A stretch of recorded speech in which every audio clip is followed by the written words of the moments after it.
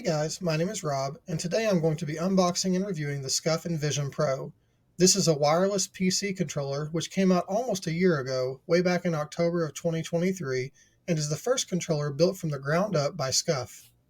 Scuf is well known for their custom Xbox and PlayStation controllers, which have been around for a very long time, but all of those controllers start out as official Microsoft and Sony controllers respectively, whereas this controller is entirely original. That in itself is very unique, but this controller also sports quite a few features that are only available on this specific Scuf offering, so we're going to open it up, test it out, and see how this compares to prior Scuf controllers, as well as other options currently on the market. So I've been interested in this controller since it first launched, but I've owned several Scuf controllers in the past and didn't really have great experiences with any of them, so I was really hesitant to pull the trigger on this one for $180.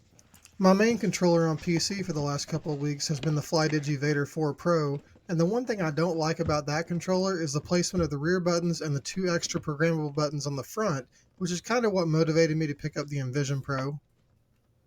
So as soon as you open this up, there's a note letting you know that the first thing you need to do is download the IQ software. Then under that, the controller is displayed front and center. I like that they do the little foam piece here to protect the joysticks. I picked up this white version, but they also have a dark gray and orange, so kind of the classic Scuf brand colors. I actually like that one a little bit more, but honestly the white one was on sale when I went to grab one at Best Buy, and I just couldn't justify an extra $40 for the gray. We've got our wireless dongle here. It's also Scuf colors, gray with a little bit of orange flare. And then underneath the tray, it looks like we've got two separate accessory boxes.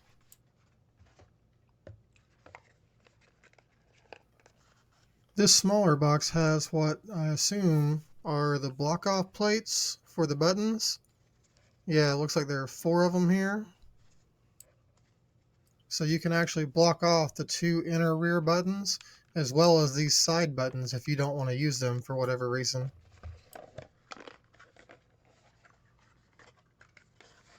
And then we've got a couple of things in this bigger box. We've got extra thumbstick caps, so there are 2 of those. And then we've also got the USB cable. Yep, that's it. It also looks like they give you this little plastic pry tool. I assume that's for removing the faceplate. And then this is really cool. They give you a USB-A to USB-C adapter. That's just a nice touch.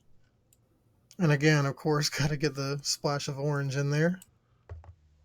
The design of the controller itself is pretty interesting. Obviously, it has the symmetrical joysticks like a PlayStation controller, and also angled grips that are pretty similar, but it does feel noticeably different in hand than a PlayStation controller.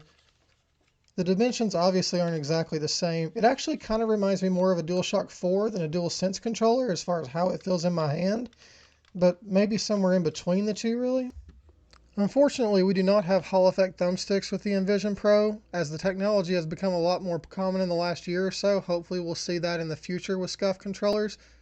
We do have 2 additional thumbstick options, one shorter option and one longer, though I'm very confused about why they decided to go with black replacement thumbsticks with this model. They're very easy to change as this has a magnetic faceplate, so it just pops right off. These are just held on by tension, so they just come off. And the replacements snap right on.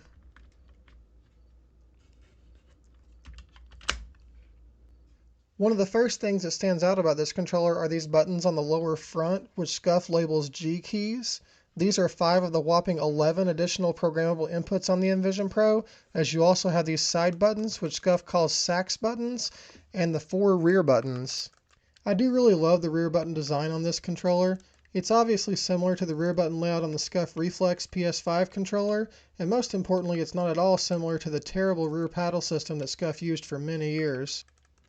You can also remove the 2 inner rear buttons if you'd prefer to just use 2 buttons. That's actually what this pry tool was for. So you literally just, there's a spot here that it goes into. You pry it up and it pops out. Well, I said it did.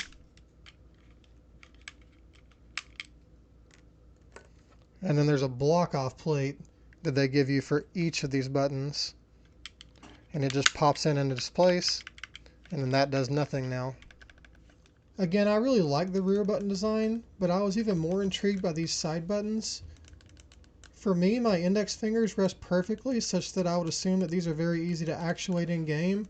I guess we'll see if they're too easy and might get some unintended presses, but if you want, you can remove these buttons as well. Again, you're going to use the pry tool and just get under the side of these side buttons. They pop right out, and then you have separate block-off plates that are made for these slots. They pop into place, and then they're just flush with the casing and don't do anything. The G keys are also interesting in theory, though I'm not sure how practical they really are. By default, they're programmed for mic and volume controls, as well as enabling the eco mode, and this is actually a sticker that comes on the controller to show that.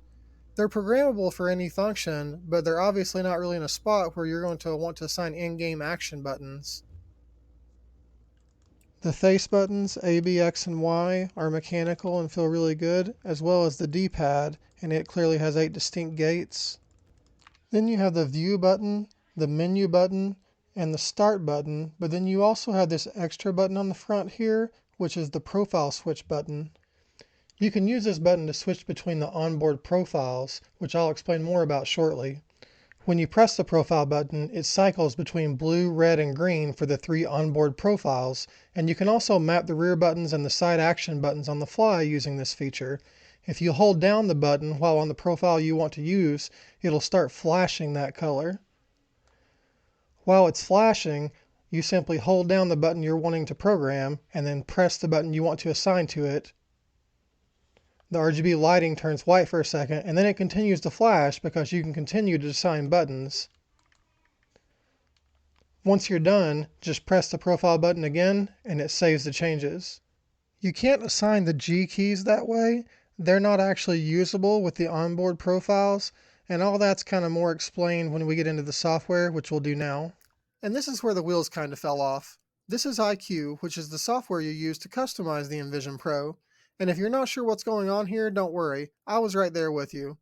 When I initially opened IQ, I thought that I had somehow downloaded the wrong software from Scuf, since there were no options here to access the controller, which was plugged in. Disconnecting and reconnecting the controller didn't do anything, nor did switching USB cables, other than getting an audible notification from Windows that I had connected a USB device, which was followed by the sound of it disconnecting, over and over.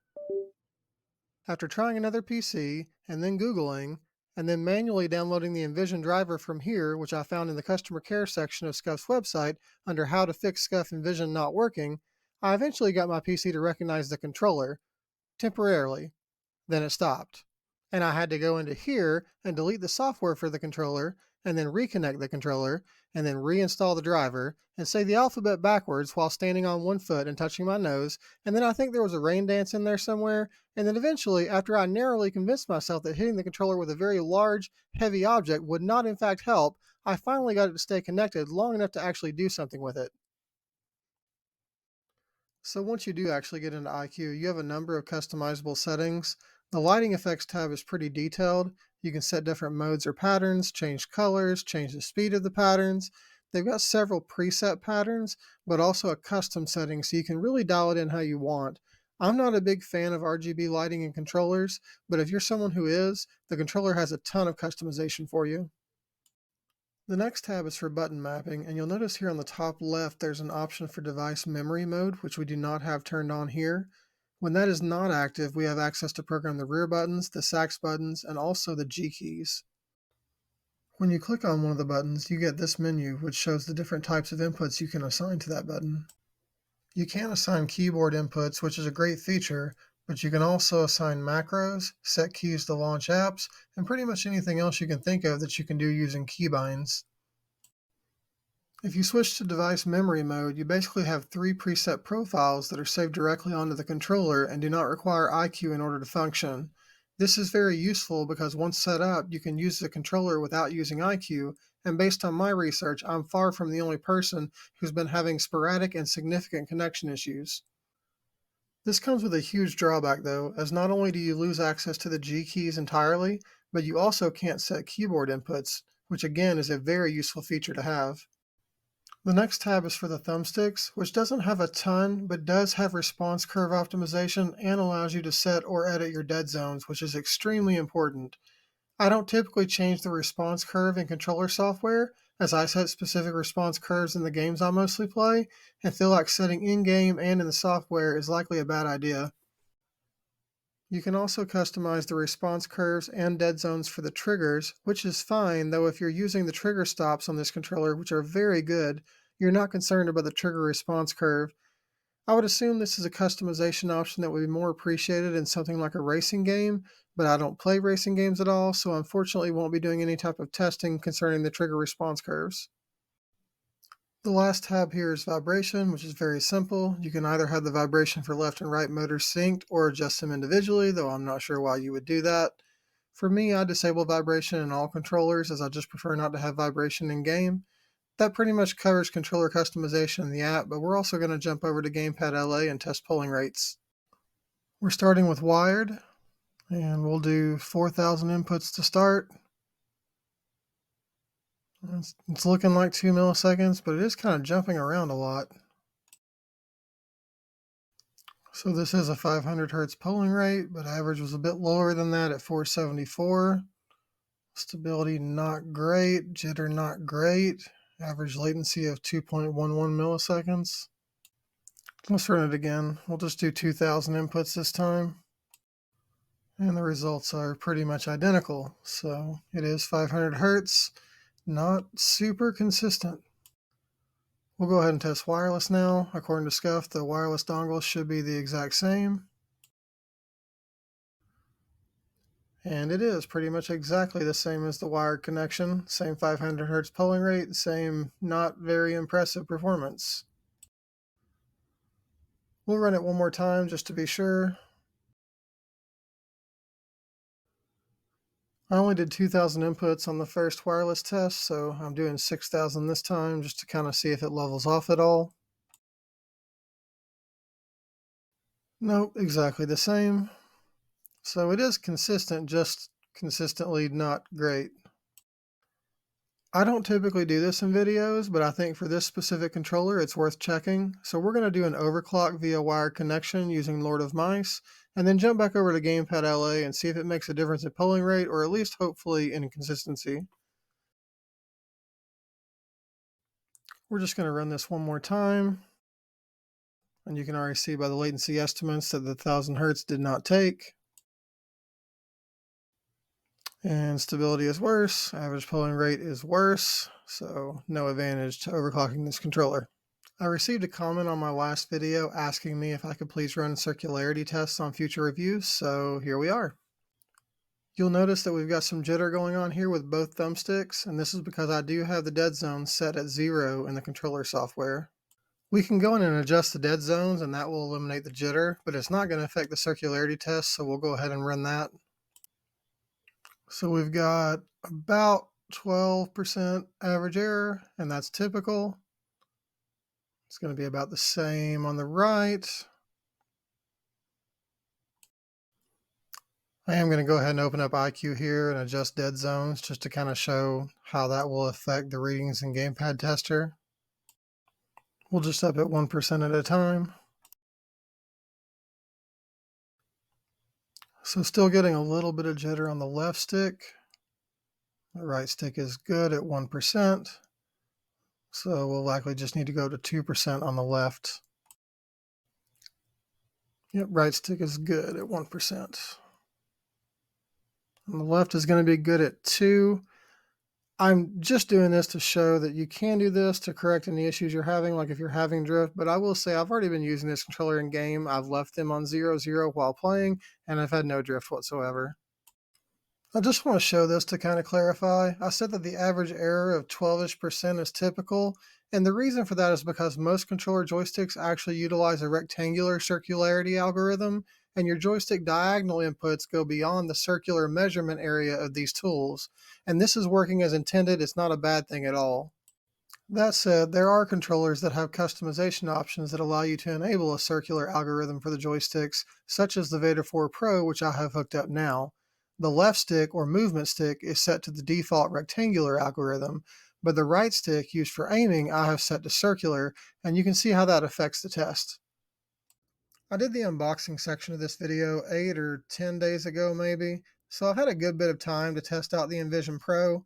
My experience with it has been a bit of a mixed bag, but overall it's a really interesting gamepad with some cool stuff going on. The controller feels great, it's super comfortable, and that's coming from someone who absolutely prefers the Xbox style layout with offset thumbsticks. I really like the side action buttons, though I'll admit that even after several hours of playtime, I'm still pressing them unintentionally occasionally, but I do think that's something I would adapt to with more time.